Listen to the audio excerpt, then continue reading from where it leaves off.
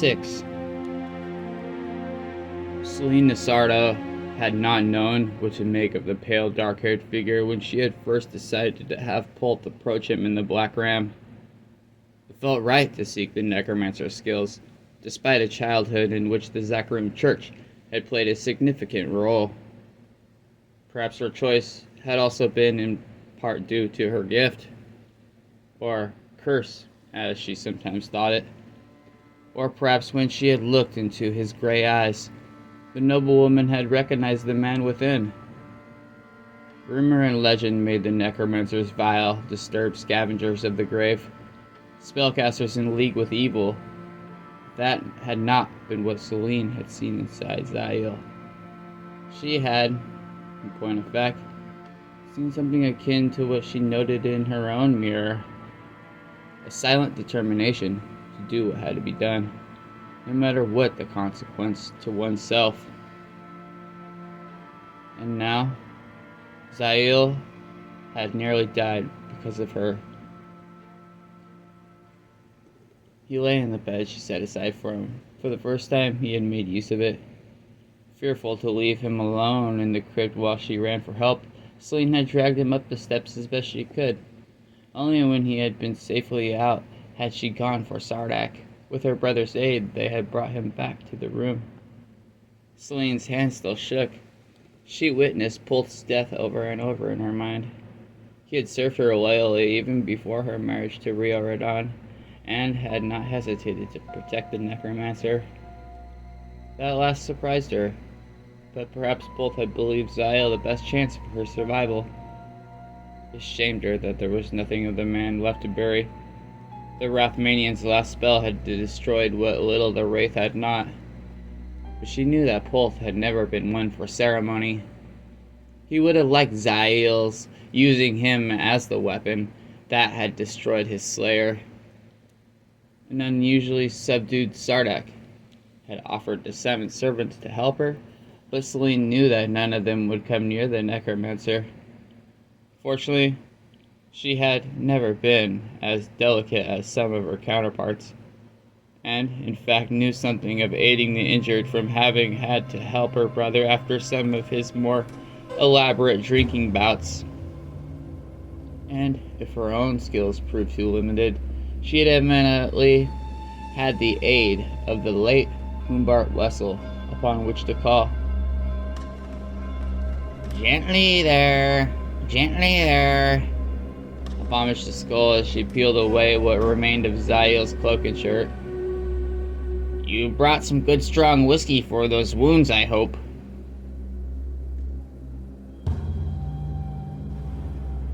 It's right next to you. The mercenary skull, brought back at the same time as Zael, sat atop its usual place, the flask of whiskey to its left side. "Make sure you drench each of those beast's slashes with it. I hope it's got some good bite in it. Not like some of those fancy liquors blue bloods drink. Beg your pardon, my lady." My brother drinks it. It should kill any infection. Humbart chuckled hollowly. "Wish I could taste it. I do." With extreme caution, the noblewoman poured a few drops on the first wound. Zael flinched slightly. Celine waited for more of a reaction, but none followed. "Have no fear, lass," Humbart assured her. "Zael's got a good, strong pain threshold. That's all I'd be expecting from him, even now." Breathing easier, she applied more whiskey. Each time the necromancer reacted in the same mild manner. That should be enough. Celine murmured a few minutes later. As she stopped with the flask, she realized for the first time that she had never bothered to remove the long glove from Zael's right hand. She'd taken off the left one at some point during the summoning. Wanting him to feel as comfortable as possible, the Lady Nasarda began tugging on the garment. "There's no need for that," the skull suddenly piped up, the tone bordering on frantic. He's perfectly fine with the glove on. It's a Rathmanian thing, you know. Just leave it. Damn. A brief scream escaped Celine. She stumbled back in horror at what lay beneath. It twitched as if in response to her scream, further heightening her shock. Celine! Sardik banged on the door with his fist. Celine, what's going on? He shoved the door open, pushing her to the side at the same time. "'Tis nothing, lass," insisted Hubert. "Nothing at all. You..." "Fire and brimstone!" snapped her brother. "What did I tell you about his kind?" Celine continued to stare, her horror now mixed with morbid fascination. She heard neither Sardik nor the skull's words. All that mattered was the grisly sight before her. Zail's right hand was fleshless. Only a few well-placed strands of sinew seemed to hold the bones together. Otherwise, no skin. Not a single patch draped the horrific appendage. The entire hand was the same from tip to the longest finger to the wrist. Only there did the bone and the flesh come together. And even then, it was at first in a charred stump that continued for 2 or 3 inches into the forearm. Sardik seized hold of her. "Come with me, Celine. Leave this monster to his own devices." "Here now, Zail's as good as a man as you'll ever find." The noblewoman shook her head, her thoughts gradually clearing. No. No, Sardik. He saved my life and tried to save Pult's. Celine. She gently guided her brother back to the door. Thank you for your concern, Sardik, but I'm alright. You return to your room. If I need you, I'll come for you. Her brother tousled his hair. All the drink had burned out of him. He eyed the skeletal hand with continual disgust, but finally nodded. "You'll do what you think best, sister dear. You always do." Sardik met her gaze. "Know that I'll be listening for you. The slightest damn sound out of the ordinary, and I'll be back with a sword ready." He closed the door behind him, leaving Celine alone with Zail and the skull. Celine attentively approached the still form on the bed. Did it? Is it from what happened in the crypt? Humbart's voice was entirely subdued. "I'd like to say that was the case, just so you'd think more kindly of him. But no, lass, my lady, it wasn't. That happened a while back." Tell me. "'Twas cursed ones who took it, slavering damned souls from the lost city called Ure. The lad and a bunch of treasure hunters had found the place. Actually, he and I were trying to keep them from entering. We already knew that there was something bad about the city, but never expected what we found. It was a ruin. Then it came back to life while we were all there. All beautiful and peaceful, we thought, until everyone started disappearing. And the city's ruler turned out to be bound to one of the primevals themselves. Zail was one of 2 to survive, but it cost him his hand, ripped off by those fiends." Then how? The skull snorted. "Most folk would have left without anything to do, but he's a clever one, that lad. After the good Captain Dumont, the other survivor, got themselves healed by some of the others of Zail's kind, the boy got a notion in his head. He went back to where he'd lost the hand and somehow managed to find what was left. Took him 3 days and 3 nights, but damn it if Zail didn't fuse it on with fire and spell work. Hell, in some ways it's better than new. Paid a heavy price for it, though. A heavy price." As she listened, some of Celine's horror drained away, replaced more and more by fascination. Would she not have done the same in his place if she had wielded the power? What other choice would there have been? A hook, as Celine had seen upon Minnie Mariner? A simple stump? Among the nobility, there were those who lost a limb and had it replaced with metal reproductions which they clothed, as the necromancer had.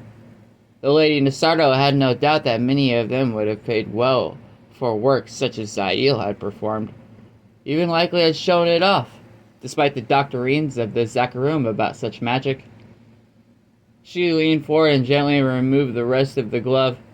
Only now did Celine see that the inside was thickly padded so that it could mimic a hand of flesh and blood. The noblewoman recalled how Zael had used the hand more than once with no seeming difficulty. Her fingers poised over the skeletal appendages. Biting her lip, Celine touched the back of Zael's hand. To her surprise, it felt warm and smooth. She touched one of the joints, then quickly gasped when the bony fingers twitched. Murmuring, the Rathmanian shifted. Celine stepped back, not wanting to disturb his recovery. "You'll recover just fine, my lady," Humbard assured her again. "You might want to get some rest yourself. I'll keep an eye hole on them. Don't you worry." I should stay, though. I can't leave it all to you. The skull snorted. "And what else do I have to do, lass? I don't sleep. At least not the way the living does. Won't bother me to stay awake all night." A surprisingly soft tone touched the spirit's voice. "I won't let anything happen to him. You've got my promise on that." Despite the skull's immobility, Celine believed him. In his own way, Humbart Wessel could be trusted to see to Zael as much as poor Pulth had always seen to her. Call out immediately if there's a change. She insisted. "I'll do that." Thank you, Humbart. Celine almost could have sworn that the skull's eye holes shifted. "No. Thank you, lass." The Lady Nasarda slipped out of the room, her thoughts deeply concerned with Zael. She kept wondering what else she could do to aid his recovery. Celine suddenly collided with a figure in the hall. She instinctively backed away, then saw it as only her brother. Sardak, you frightened me. What are you doing out here? I thought you would be in bed. His expression was not pleasant to behold. "I didn't get very far, sister. Just couldn't forget what I saw in there." Really, Sardak? It's nothing. He grabbed her by the shoulder so tightly that Celine grunted with pain. Sardak loosened his grip, but did not release her. "He's gotta go, Celine. You can't keep a thing like that in this house. He's a danger to you, to all of us. Look what happened to Pulth, damn it. And he was a paid fighter." Pulth died trying to save both Zael and me, if that's what you mean. But only after Zael nearly did the same. You weren't there. Something monstrous happened down in the crypt, Sardak. He grimaced. "Yes, I know. But still, Celine." He stays. I owe him that. I'm sorry you feel this disagreeable situation, but "But you are the mistress of Nasardo, and I am merely a lowly bastard." When she made no protest to his words, Sardak bowed his head. "Uncalled for, I know. You've given me every chance and made this as much of my home as yours, Celine. Forgive my words." Celine touched his cheek. I understand your concern. Let's forget this happened. Her brother glanced at Zael's door. I'll follow your will on this, sister dear. If he does anything that even remotely endangers you, he will answer to me. And with that, Sarda kissed her on the cheek and headed off to his room. Watching him, Celine had no doubt that he would follow through with such a promise. In that way, Sardak was much like Polf. They were both very loyal to those whom they cared. They also made for deadly enemies for those who crossed them. The noblewoman hoped that the latter would never be the case for Zael. Zael dreamed of spiders. Many spiders. Large ones, small ones. He was tangled in webs, spun in cocoons. The spiders surrounded him. Through his tortured dreams, a face drifted above. A face with gray, cropped hair and certain features reminiscent of his own. The face watched his struggles with clinical interest and gave no indication of any intention to help the necromancer. And so, Zael continued to fight alone.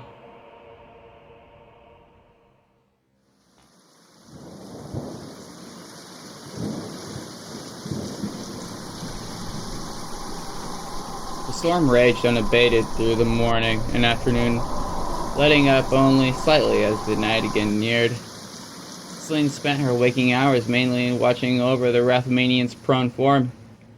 She found it disturbing that he had not yet stirred, and, although Humbart did not say it, Celine knew that the skull was concerned also. Sweat bathed Zael, and his brow was furrowed as if in deep thought. Curiously, the noblewoman sensed some magical fluctuation around his body, as if something was going on of which she had no understanding. Uncertain as what else to do, she dabbed a moist towel, trying to keep him as comfortable as possible. Sardak brought her meals, the servants refusing to step beyond the doorway. The younger Nasardo said nothing as he handed her the tray, but his eyes ever watched the necromancer warily. Celine ate her evening meal in silence, neither she nor Humbart able to summon any words of encouragement for one another. The skull still insisted that Zael would be all right, but his words had a hollow ring to them that had nothing to do with his fleshless state. Then, barely minutes after Celine had finished her meal, an anxious servant knocked on the door, muttering, Mistress, there will be someone to see you in the drawing room. In this foul weather? The noblewoman responded, rising. Who? There was no answer from the hallway, and when Celine opened the door, it was to find that the servant had fled. Grimacing, she shut the door behind her, then descended to the ground floor. As she did, another servant carrying an empty tray emerged from the drawing room. He bowed when he saw her. He has been given wine, my lady, and now sits by the fire. Who? Who is it, Barnaby? The hawk-nosed servant looked startled at her lack of knowledge. Why, Lord Jitton, of course. Jitton? Thank you, Barnaby. You may go. He bowed, then scurried away. Celine struggled to maintain her calm in her face of this unexpected, unwarranted, and uncertainly undesired visit by the man seeking to take her from the legacy of Nasardo. Only when she was confident of her demeanor did the noblewoman finally glide into the chamber.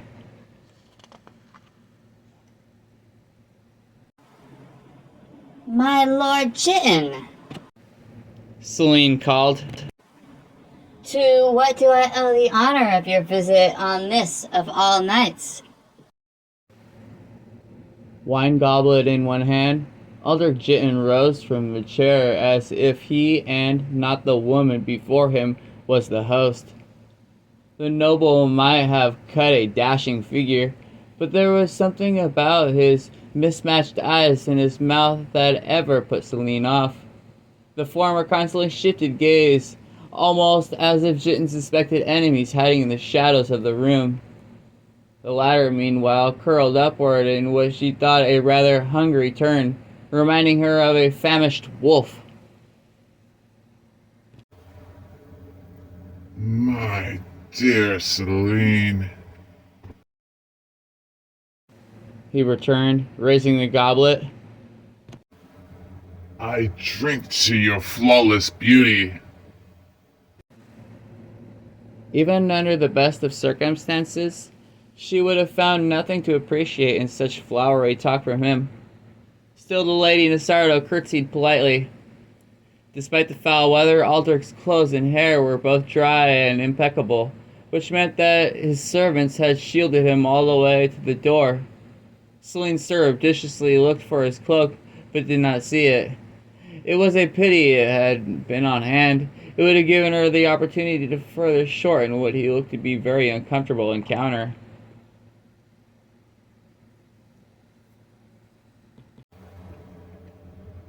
I came to see if I could make peace between us, dear Celine.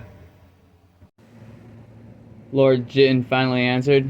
He took another sip, then stepped closer. Suddenly his eyes did not dart about anymore, but focused sharply on her own. Celine felt herself draw to those eyes despite her loathing for the man. We have been at odds for no good reason. You seek to take the roof from over my head. Leave me destitute on the streets.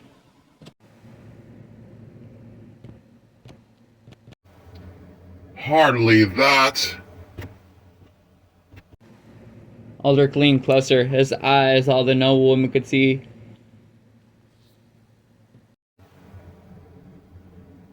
My hand is forced. I deal with nearly every major family in Westmarch. Many of my transactions involve great sums of money or vast properties. The reason that I've maintained the reputation I have is because everyone knows that I mean what I say. If I promise someone profit for joining in my ventures, they understand that they will profit. Yet at the same time, if the deals I make include assurances against the other parties defaulting, and necessary precaution, especially against those who would seek to cheat, I must then follow through, no matter what the reason for its happening. Despite not wishing to, Celine discovered she had some newfound sympathy for Aldrich's position. It was too often the case that aristocrats in declining financial states made poor deals, then attempted not to pay back their creditors. If they had the influence of others to back them up, as was often the case, those who had taken their word in good faith ended up with nothing. But Riordan was a man of his word, and careful to agree to only what he could. That he was. The mismatched eyes gleamed. Lord Jitten stood almost close enough to kiss Celine. The uncharacteristically, she did not pull away in revulsion.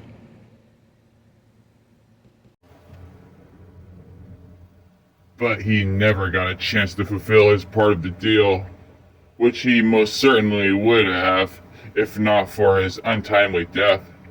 And so the collateral that was agreed upon by the two of us falls by law to me. He shrugged.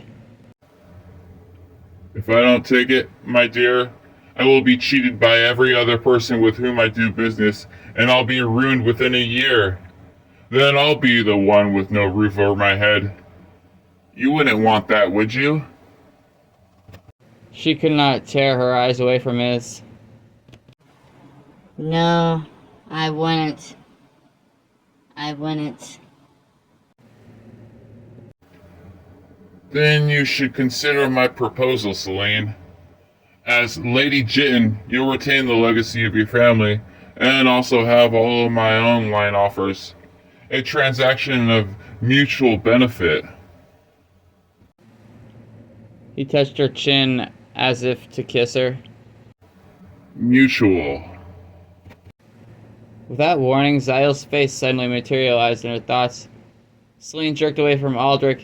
His smile momentarily transformed into a snarl, which was then replaced by as much less agreeable version of the former.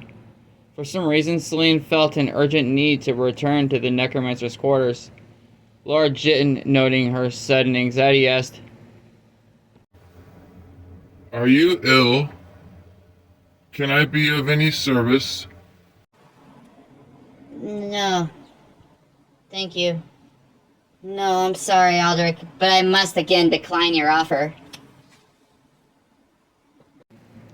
His smile grew even more strained. Think of what you're saying, Celine. I will do what I must. No longer did his unsettling eyes hold her. The noblewoman became defiant. That may yet not be the case. I've not exhausted all courses of action. I'm still investigating my husband's financial dealings. But what? He shut his mouth and, without warning, suddenly looked up in the general direction of Zael's quarters. Aldrich's face grew stony. He suddenly bowed. Very well. If this is to go no further tonight, then I bid you good evening, and pray that, for your sake, you see reason very soon. Thrusting down the goblet, Lord Jitten strode out. Celine made no attempt to see into the door, which he could have easily found from the drawing room. She listened tensely and was rewarded seconds later by the sound of the door slamming hard. The harsh clatter of hooves and the rattle of coach wheels extended the noble's furious departure. Finally satisfied that Aldrich Jitten would not suddenly return, Celine rushed toward the stairs. A startled servant ducked out of her way as Lady Celine Nasarda all but leapt up the stairs. At the top, Sardak, hair unkempt, confronted her. He had a concerned look on his face, which proved to have nothing to do with the necromancer. I just heard from Barnaby that Jitten was here. What the devil did he want this time? The same as always. He encouraged me to marry him and put an end to the matter. So popular, my sister is. Torion's going to be very jealous. He did ask first. She had no time for this. Enough, Sardak. After Jin, I can do without your flippant remarks. He seized her arm as she plunged past him. I'm sorry. Next time have Barnaby summon me immediately. I don't want you alone with that bastard.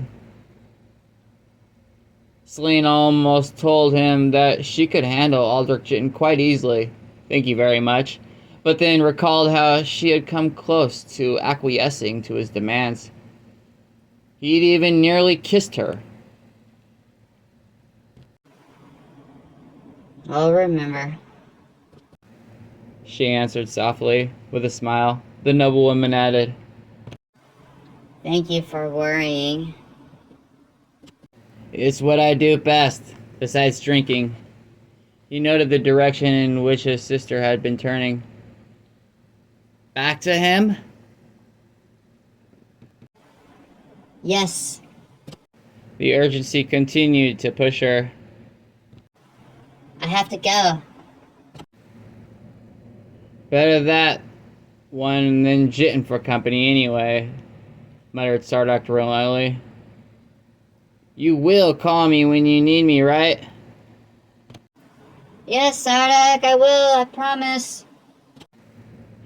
Only then did he release her. Celine immediately hurried on, hoping that she was not already too late.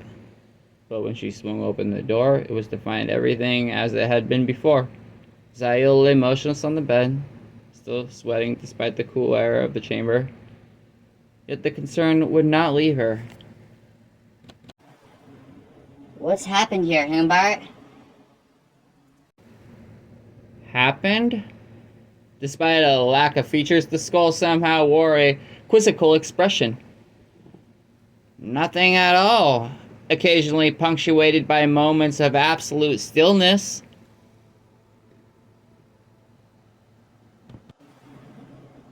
But I was certain. Going over to the bed, Celine touched Zayel's forehead. Instantly, her anxiety grew 100-fold. She felt a threatening force, a crushing one, centered on the necromancer. Where it originated from, though, the noblewoman had no idea. Zael. She whispered without thinking. Zael.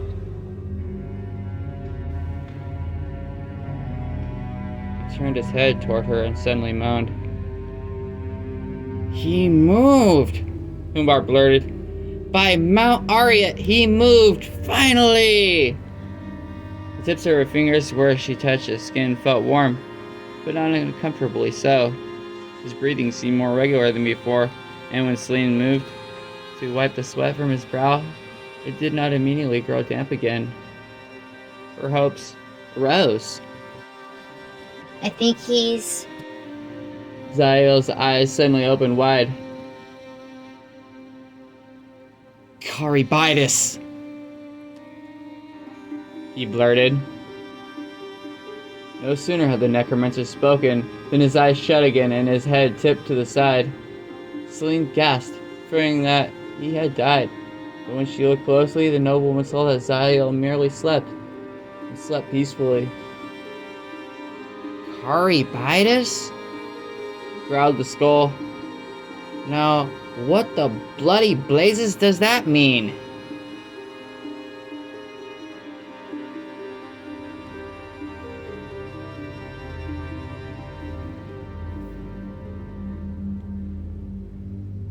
Caribitis sheathed his ivory dagger. His expression, as ever, one of indifference, despite the outcome of recent events. Thrice now, He said in the darkness. The thing to whom he spoke scuttled about in what could best be termed anger. Thrice now. There will not be a fourth time. The Rathmanian's gaze turned toward the ceiling and, though there was no apparent reason for it, his expression briefly reflected satisfaction.